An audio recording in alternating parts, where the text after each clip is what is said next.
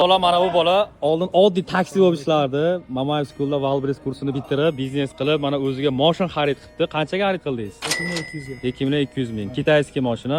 Hozir kargoga keldim, ko'rishib qoldik. Qalay bo'lyapti biznesda? Nima ish qilyapsiz asosan? Yaxshi, zo'r. Hozir ishlik qilyapman. Yana o'zim magazinga qarayapman.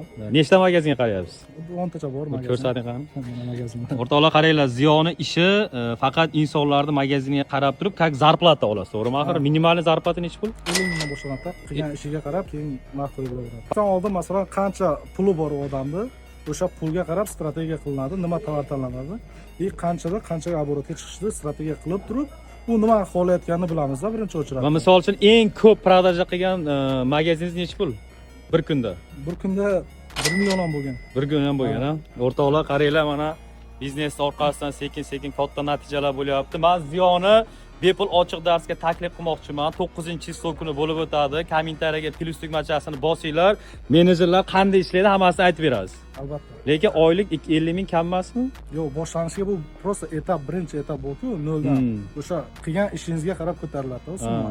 Atak qimmatlari ham bor. Ha, Davay, kutaman. Xo'p.